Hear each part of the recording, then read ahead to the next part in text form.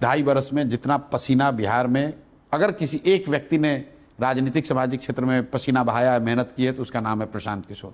1 करोड़ लोगों को इकट्ठा करके दल खड़ा कर दिया। अब जब विकल्प खड़ा हो गया है तो दोनों जो दल जो जिनको राजनीतिक मुफ्तखोरी की वर्षों से आदत लगी है कि उनको मालूम है कि हमने काम किया नहीं है, लेकिन अभी मोदी जी आएंगे, अभी नीतीश कुमार के पार्टी वाले जाएंगे और लालू का डर दिखाकर वोट मांगेंगे। अरे भैया हमको वोट नहीं दोगे तो जंगल राज आ जाएगा।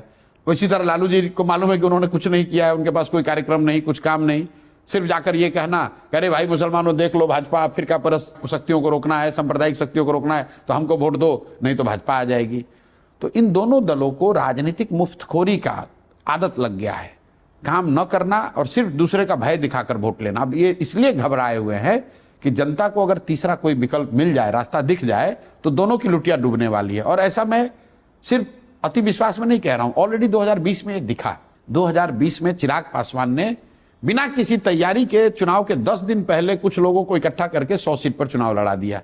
तो आपने देखा कि जो मैं बात बता रहा हूं, बदलाव की या विकल्प की चाहत इतनी बड़ी थी कि अपने आप को सूरमा समझने वाले नीतीश कुमार और जदयू 70-72 से घट के 42 पर आ गए। लेकिन उसका दूसरा भी देखिए, साथ में भाजपा वाले भी लड़े, उनका देखिए दशा। लोगों को लगता है कि सिर्फ जदयू की सीट कम हुई, ऐसी बात नहीं है। भाजपा का स्ट्राइक रेट भी 90 से घटकर 60 हो गया, क्योंकि जब पिछली बार नीतीश और भाजपा साथ में लड़े थे 2010 में, तो 101 सीट में भाजपा 91 सीट जीती थी।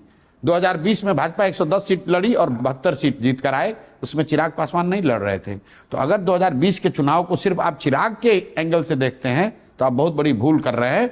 मैं 2020 का चुनाव देखता हूं कि जनता एनडीए से ऊब चली है, धीरे धीरे ऊब हो गई है, सुशासन का पोल खुल गया है, लेकिन उस समय वो तेजस्वी को भी, जंगल राज को भी वापस नहीं लाना चाहते हैं, तो इनको नीचे कर दिया, हटाया नहीं। इस बार जब जनसुराज का नया विकल्प उनको दिखेगा तो इन दोनों को, इनको तो हटाएगी और जंगल राज को वापस लाने का तो सवाल ही नहीं पैदा होता।